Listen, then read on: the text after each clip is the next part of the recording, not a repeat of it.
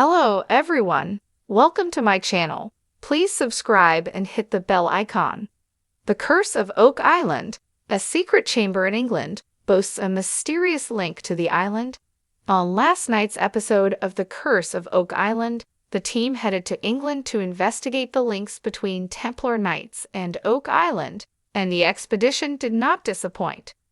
The guys found themselves examining the mysterious carvings of a secret chamber in an old English town before heading to the UK's National Archives to look over ancient documents, all of which pointed tantalizingly in the direction of Oak Island. As reported in the episode's preview, members of the Oak Island team had been persuaded by Templar Knight expert and author Gretchen Cornwall to travel to Royston Cave in England, where they would find a secret chamber that could prove the medieval knights had traveled to Oak Island 7 centuries ago.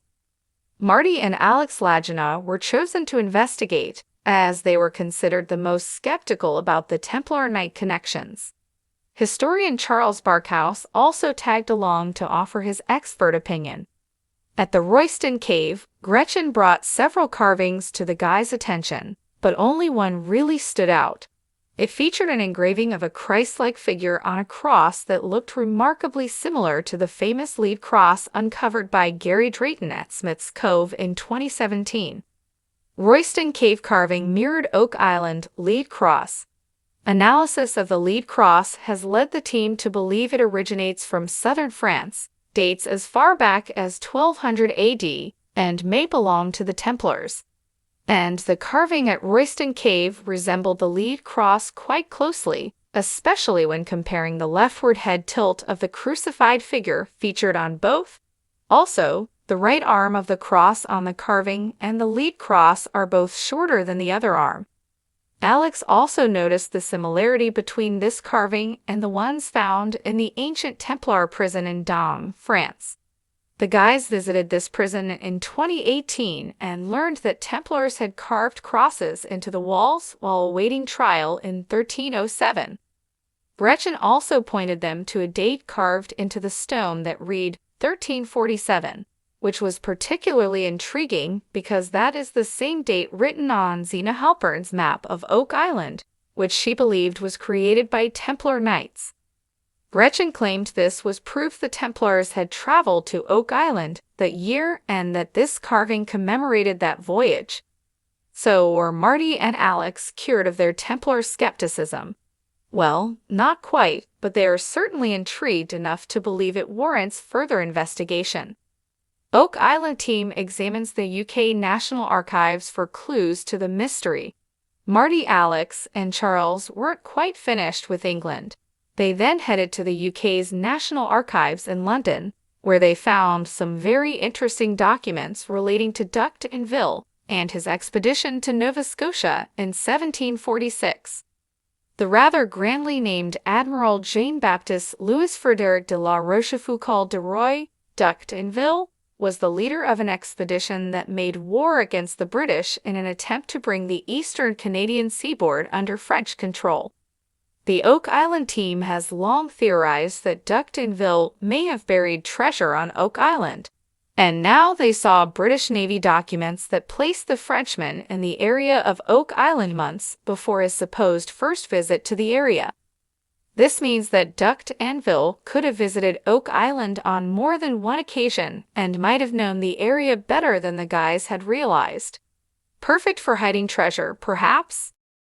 On the rugged shores of Nova Scotia, the enigma of Oak Island continues to captivate treasure hunters and historians alike. For over 2 centuries, the promise of hidden riches and ancient secrets has lured many to its treacherous terrain. Yet the story of Oak Island's mystery doesn't end on its weather-beaten beaches. It spans continents and centuries, weaving a tale that stretches all the way to a secluded chamber in the heart of England. Deep within the rolling countryside of Somerset lies a manor house, centuries old and cloaked in legends of its own. Beckford Hall, an imposing structure of grey stone and ivy-covered walls, has stood the test of time, its foundations rooted in secrets as deep as those of Oak Island. The hall has a reputation for its labyrinthine passages and hidden rooms, one of which, according to local lore, holds the key to understanding the mysteries of Oak Island. The tale begins with Sir Thomas Beckford, a reputed alchemist and explorer who lived during the late 16th century. Beckford was known for his expeditions to the New World, and it was on one such journey that he supposedly encountered the enigmatic island off the coast of Nova Scotia. Historical records from the period are sparse, but a few surviving letters suggest Beckford's fascination with Oak Island and its rumored treasures. Upon his return to England, Beckford embarked on a mission to construct a secret chamber within his ancestral home. This chamber, accessible only through a series of cunningly concealed doors and passages, was said to house a collection of artifacts and documents from his travels. Among these items, it's rumored, is a detailed map of Oak Island, along with clues to the island's elusive treasure. For centuries, the secret chamber remained just that, a secret. Beckford took the knowledge of its exact location to his grave, leaving only cryptic hints within his writings. It wasn't until the early 20th century that a curious scholar, Dr. Eleanor Wren, uncovered a diary belonging to Beckford. Her meticulous study of the diary's entries led her to believe in the existence of the hidden room and its potential connection to Oak Island. Dr. Wren's discovery reignited interest in Beckford Hall, attracting historians and treasure hunters to its grounds. Among them was a young archaeologist named James Hastings, whose determination to uncover the chamber's secrets became a lifelong obsession. Hastings spent years meticulously exploring the manor, guided by the faint clues left behind by Beckford and further insights from Dr. Wren's research. One stormy night, after decades of fruitless searching, Hastings finally stumbled upon a concealed door behind an ancient tapestry in the manor's library.